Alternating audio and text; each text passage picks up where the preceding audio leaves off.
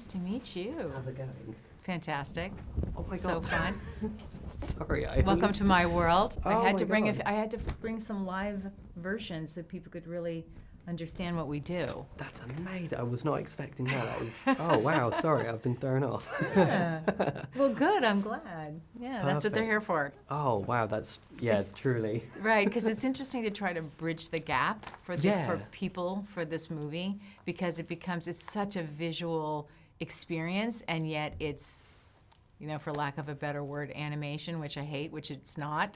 But, to get that understanding that everything is so real, and that's what makes the movie beautiful. Well, that was interesting because that was actually one of my questions. Is when you've got the Na'vi actors, they obviously don't wear the costumes. So from a costume designer's perspective, how integral is it to have physical representations of their outfits? Yeah, it's a very mixed bag. Like, there are times when you have a stage piece, right, so that the actor can react to it. Say perhaps a cloak or a shawl, especially things that interface with an actor. I think also that's important, and it happens over time, right? So the performance capture is sort of the first leg of the journey, but that's happening while I'm designing and making garments. So there's a back and forth, so it's like, oh my gosh, you can go up to Una and bring her this is going to be your latest, have a look and have that kind of back and forth with it, is really a lot of fun. But it makes it, everybody has to use their imagination, Yes. right? And the wonderful thing as far as the costume design goes, that it's not static. It's not like the live action's one thing. You design the costume, they put it on, you shoot Job done. Right, Yeah. done, check. But this, you get the marvelous opportunity to follow the performances over time and watch them grow physically so that you can evolve the costume with it.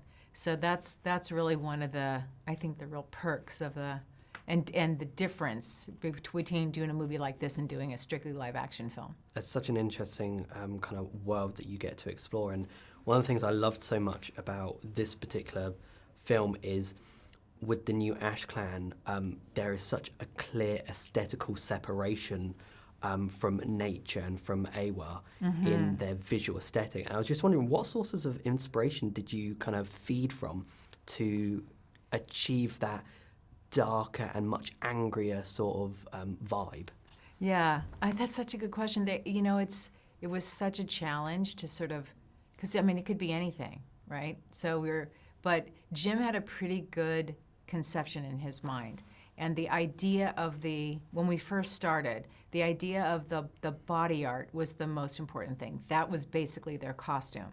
The costume pieces were very minimal and sort of didn't matter as much as. So once we got the body paint and the texture of the body paint and all that down to the scarification, the piercings, those kinds of ideas. And really it springs from their environment, their sort of desolate, volcanic, very rudimentary way that they live.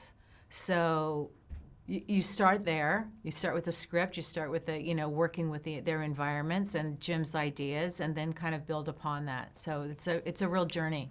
Perfect. And kind of to round off, there were so many pieces that I loved seeing on the big screen. But was there a particular piece that you personally loved working on? Was there something that you just got attached? You kind of like the song chord. That was there's a mythology behind it, Yeah, and yeah. I love that there's a functionality as well. Was there one that really stood out to you? I think for Fire and Ash, I loved working on Palok's cloak because it was where I really solidified the fact that I loved, and Jim loves the motion of the costumes, right? The physical motion. So you see a lot of kind of fringe and things that'll blow in the wind and some, kind of all of that physicality. But I also really developed my visual motion with the color and the pattern of what was happening on that cloak. So it was a chance to sort of explore a new area that way. Perfect. Thank you so much for talking to me. Thanks. It was It's great. such a fun world to be able to explore. It's as an audience member, you don't really tend to think about these things, but having this sort of like little sneak peek into a much larger world is an absolute privilege. Yeah, I mean, we're lucky that we get to do it like this, you know. It's all Jim. It's like Perfect. it's his idea. Thank you so much. I really thank you. appreciate it. Yeah, Perfect. absolutely. Thanks for watching, super friends. If you enjoyed this video, then make sure to hit the subscribe button just down below and hit the bell so that you can get notified whenever we release brand new videos. In fact, there's 2 more waiting for you to watch right here below. So what are you waiting for? Why not click play?